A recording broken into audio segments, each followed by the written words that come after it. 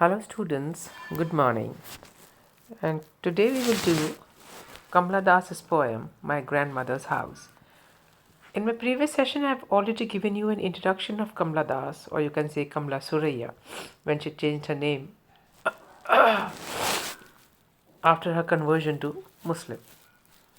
So this poem, My Grandmother's House, this poem first appeared in Kamaladas's first anthology of verse titled Summertime in Calcutta, which was published in 1965.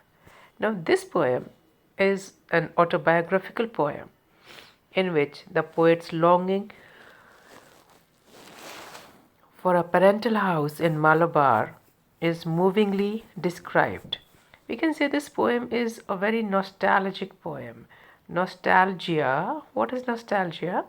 Nostalgia is when you miss something, miss your home, or you want to go there, the place which you love, and you want to be there again and again. So this is nostalgia. Nostalgia is for the past events, longing for the past events. Nostalgia ऐसे होता है जैसे कभी कई बार बच्चे hostel में जाते हैं और उनको फिर घर की याद आ जाती है. और you can also say that when you eat something, then you feel that your mother has cooked something. So it has a nostalgic feeling. So this poem also evokes nostalgia. So it is an autobiographical poem. She is reminded of her ancestral house where she had received immense love and affection from her grandmother.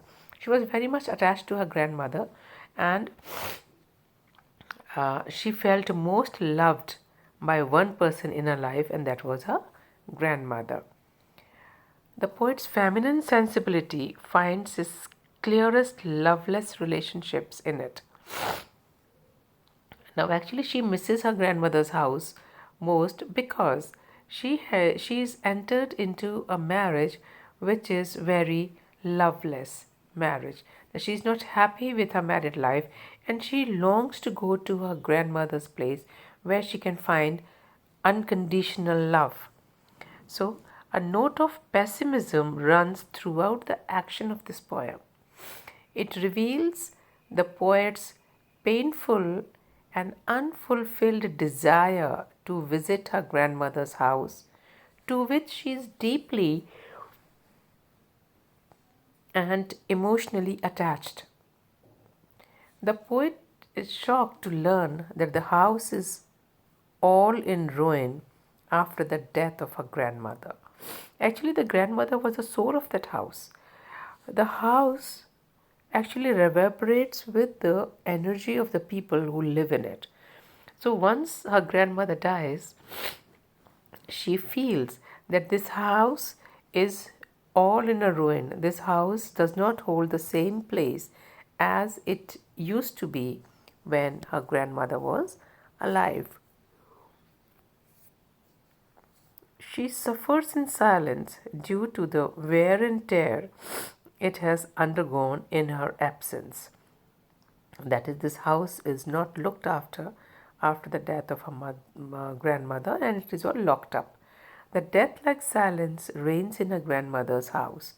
That when nobody lives in the house, there is always a silence, and this silence resembles death-like silence. That is, as silent as a death is. Moreover, the intensity of her grief is suggestively conveyed by the ellipsis in the form of few dots in this section of the poem. When she says that this is the place where I got love, then there is dot dot dot dot.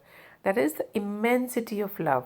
The amount of love which she got is actually, you can say, indescribable. She cannot describe it in words how much love she got from that house, from her grandmother. It was her disenchantment with her loveless marriage that reminded her of her grandmother's pure and selfless love. Now, when she compares her own life, which she's living away from her grandmother's house. And then when she compares the life which she led in her grandmother's place, she finds that her grandmother's love was very selfless love. And now she is not happy in the marriage, in her marital relations. She is not happy. So when she compares that love, she finds that this is the place where she got lots and lots of love. Her heart is itself like a dark window where the fresh air does not blow, and the image of the house was stuck to her mind. The poet has also used the similes of a brooding dog to show her inability to pay a visit to her grandmother's house. Now, she is also unable to go to the grandmother's house because the grandmother is not anymore. She's not she's not living in that house. So actually she is close to that house because of the grandmother. And once when the grandmother has died, she can't even go to that house. So she misses that house very much. She has also used suggestive visual imagery of blind eyes of the windows and the frozen air to convey the idea of death and desperation. Now, actually, this poem is a very moving poem, very touching poem, written by someone who has received lots of love in that place and now she is deprived of that love.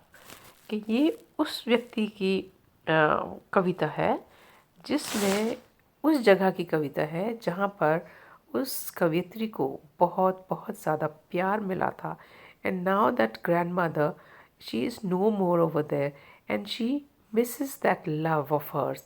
Why she misses that love? Because there is no love in her married life. She is not happy with her marriage life.